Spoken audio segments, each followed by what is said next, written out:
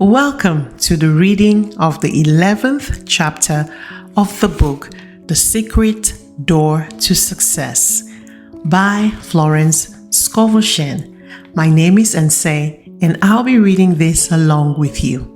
So go ahead, grab yourself your cup of tea, coffee, cup of water, get comfortable, and let's dive right in. Chapter 11. Look with wonder. I will remember the works of the Lord. Surely I will remember thy wonders of old. Psalm 77 verse 11. The words wonder and wonderful are used many times in the Bible. In the dictionary, the word wonder is defined as a cause for surprise, astonishment, a miracle, a marvel. Ouspensky, in his book Tertium Organum, calls the fourth dimensional world the world of the wondrous.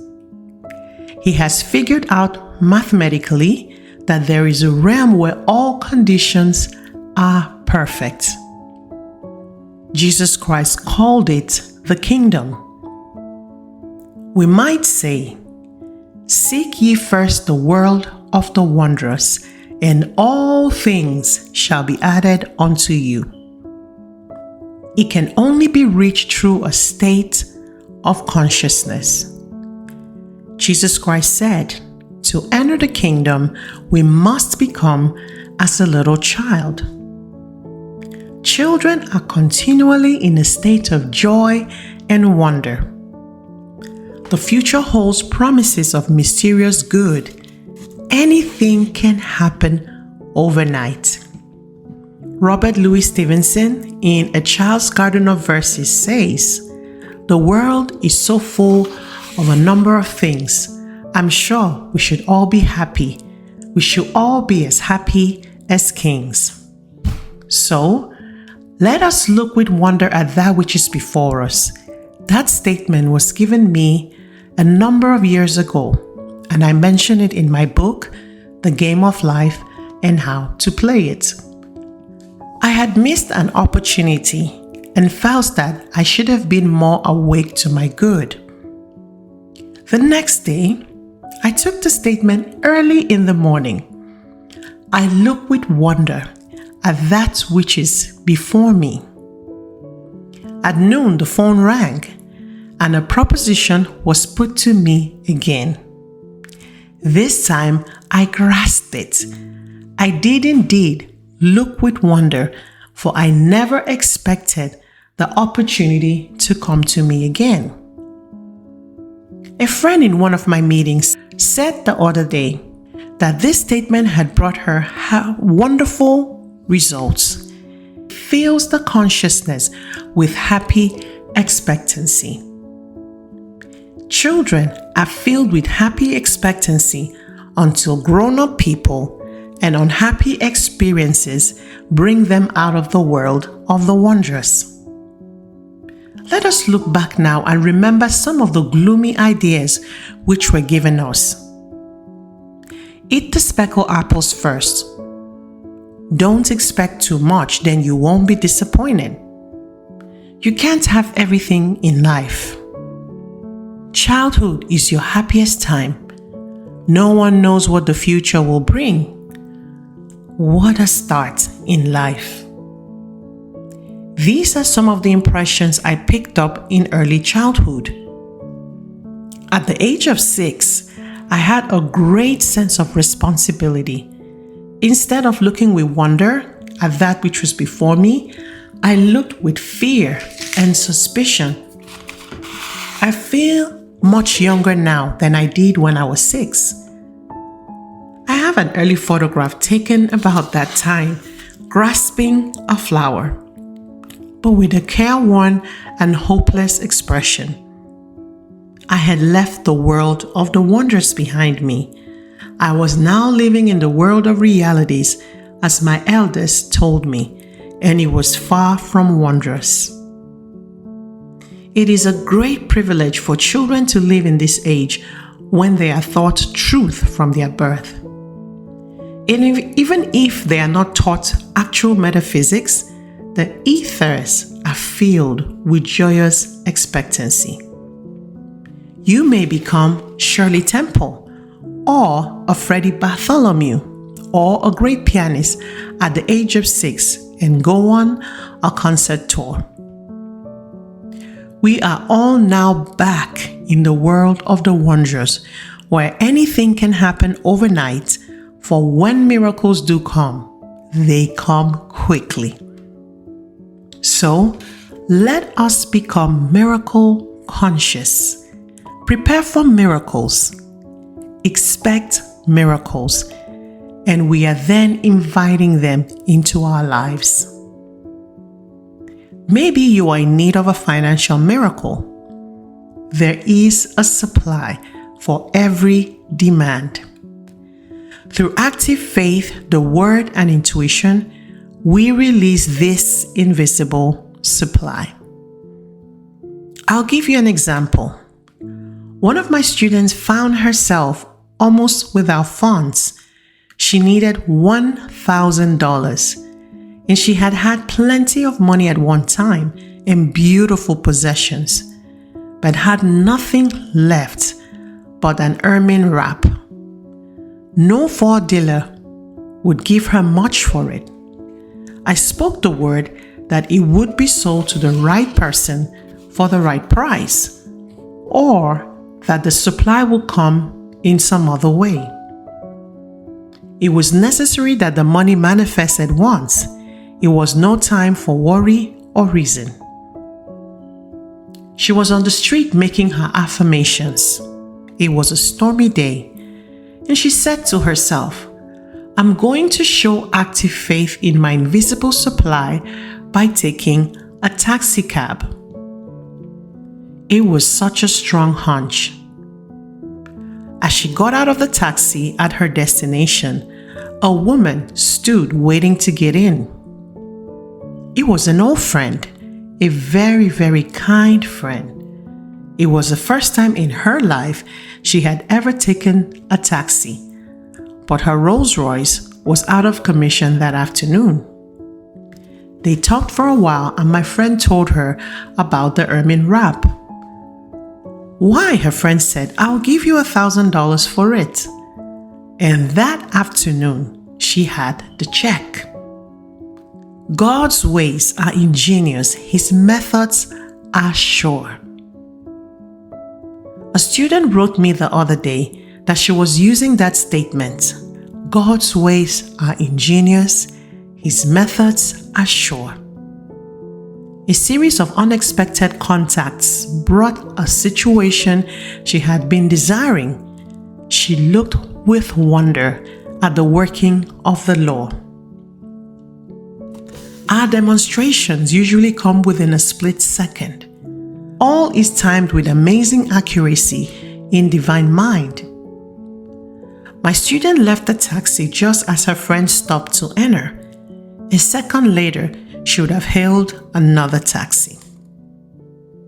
Man's part is to be wide awake to his leads and hunches, for on the magic path of intuition is all that he desires or requires. In Moulton's Modern Reader's Bible, the book of Psalm is recognized as the perfection of lyric poetry.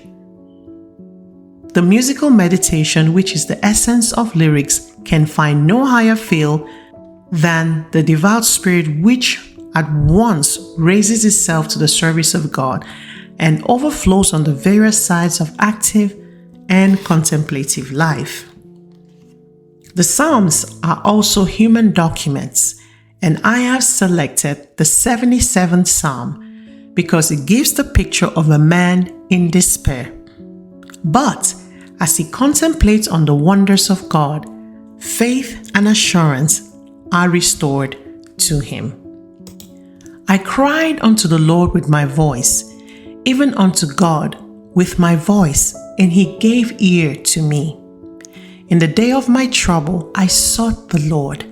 My soul refused to be comforted. will the Lord cast off forever? And will he be favorable no more? Hath God forgotten to be gracious? Hath he in anger shut up his tender mercies? And I said, this is my infirmity, but I will remember the years of the right hand of the Most High. I will remember the works of the Lord. Surely I will remember thy wonders of old. I will meditate also of all thy work and talk of thy doing. Thy way, O God, is in the sanctuary. Who is so great a God as our God? Thou art the God that doest wonders. Thou hast with thine arm redeemed thy people. This is a picture of what the average truth student goes through when confronted with a problem. He is assailed with thoughts of doubt, fear, and despair. Then some statement of truth will flash into his consciousness. God's ways are ingenious, his methods are sure. He remembers other difficulties which have been overcome. His confidence in God returns, and he thinks, what God has done before, he will do for me and more. I was talking to a friend not long ago who said, I would be pretty dumb if I didn't believe God could solve my problem. So many times before, wonderful things have come to me. I know they will come again. So the summing up of the 77th Psalm is, what God has done before, he now does for me and more. It is a good thing to say when you think of your past success, happiness, or wealth. All loss comes from our vain imaginings. Fear of loss crept into your consciousness. You carried the burdens and fought battles. You reasoned instead of sticking to the magic path of intuition. But in the twinkling of an eye, all will be restored to you. For as they say in the East, what Allah has given cannot be diminished. Now go back to the child's state of consciousness. You should be filled with wonder, but be careful not to live in your past childhood. I know people who can only think about their happy childhood days. They remember what they wore. No skies have since been so blue or grass so green. They therefore miss the opportunities of the wondrous now. I'll tell an amusing story of a friend who lived in a town when she was very young, then moved away to another city. She always looked back to the house they first lived in. To her, it was an enchanted palace, large, spacious, and glamorous. Many years after, when she had grown up, she had an opportunity of visiting this house. She was disillusioned. She found it small, stuffy, and ugly. Her idea of beauty had entirely changed, for in the front yard was an iron dog. If you went back to your past, it would not be the same. So in this friend's family, they called living in the past iron dogging. Her sister told me a story of some iron dogging she had done. When she was about 16, she met abroad a very dashing and romantic young man, an artist.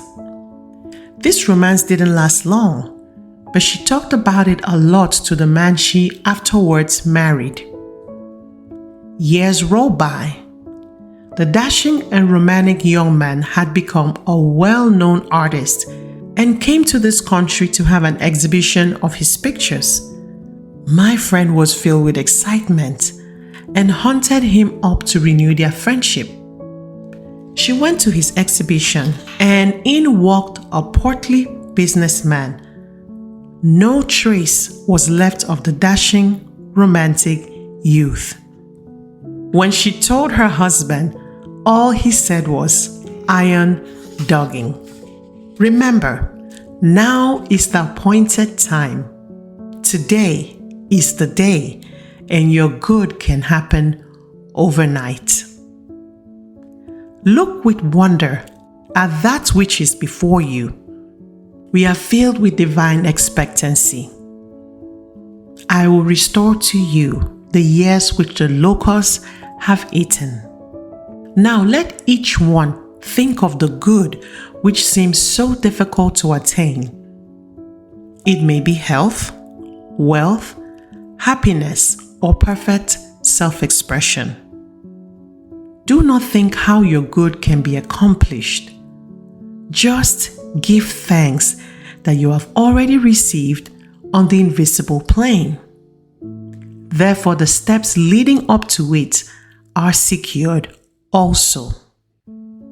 Be wide awake to your intuitive leads, and suddenly you will find yourself in your promised land.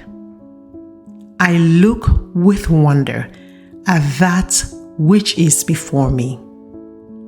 This brings us to the end of the reading of the 11th chapter of this phenomenal book, The Secret Door to Success by Florence Scovel Shinn. As always, I'd like to know what resonated with you as you listened to the reading of this chapter.